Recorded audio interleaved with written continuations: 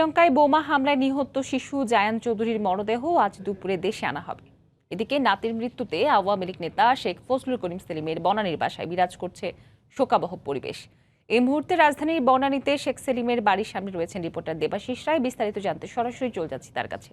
দেবাশিস, মৌ, আপনি জানেন যে গেল রোববার শ্রীলঙ্কায় যে বর্বর নৃশংস বোমা হামলার ঘটনা ঘটেছে, সেই বোমা হামলার ঘটনায় বাংলাদেশের আওয়ামী লীগের শীর্ষস্থানীয় নেতা শেখ ফজলুল করিম সেলিম তার নাতি জায়ান চৌধুরী নিহত হয়েছিলেন এবং সেই জায়ান চৌধুরীর আজ মরদেহ ঢাকায় আসার কথা রয়েছে। আমরা ঠিক অল্প কিছুক্ষণ আগেই জানতে পেরেছি পারিবারিক সূত্রে যে তাকে বহনকারী যে শ্রীলঙ্কা এয়ারলাইন্সের বিমানটি সেটি ঢাকার উদ্দেশ্যে রওনা হয়েছে এবং 1:10 সেটি হযরত শাহজালাল আন্তর্জাতিক বিমানবন্দরে অবতরণ করবে এবং আমরা এবারের এখানে যারা রয়েছেন বিশেষ করে বনানীতে নিয়ে আসা হবে। তাকে বনানীতে নিয়ে আসার পরে কিন্তু এই চেয়ারম্যান বাড়ির মাঠ রয়েছে, সেই চেয়ারম্যান বাড়ির মাঠে এখানে পারিবারিকভাবে তার জানাজা সম্পন্ন হবে এবং জানাজার পরেই তাকে বনানী কবরস্থানে দাফনের প্রস্তুতি এখন প্রায় বলা চলে শেষই হয়ে গেছে। সেই সব ধরনের প্রস্তুতি এখানে নেওয়া হয়েছে।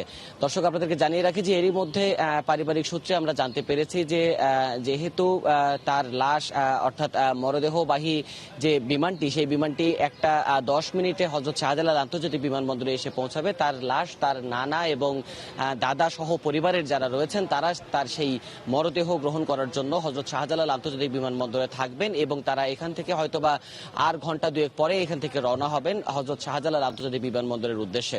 দর্শক, আপনাদেরকে জানিয়ে রাখি যে এই পুরো প্রক্রিয়াটি আমরা লক্ষ্য রাখছি এটির উপরে এবং আমরা আশা করব যে এখানকার যে আনুষ্ঠানিকতা সেটি আপনাদের এখান থেকে জানিয়ে দেয়। এখন পর্যন্ত এই ছিল বনানী থেকে আমার কাছে জায়ান চৌধুরীর দাফনের সবশেষ খবর। শ্রীলঙ্কার বোমা হামলায় নিহত শিশু জায়ান চৌধুরীর মরদেহ আজ দুপুর 1:10 হযরত শাহজালাল আন্তর্জাতিক বিমানবন্দরে পৌঁছাবে এবং বনানীর শেখ ফজলুল করিম সেলিমের বাসা থেকে সে খবরই জানাতে আমাদের সঙ্গে যুক্ত হয়েছিলেন সহকর্মী দেবাশিস রায়।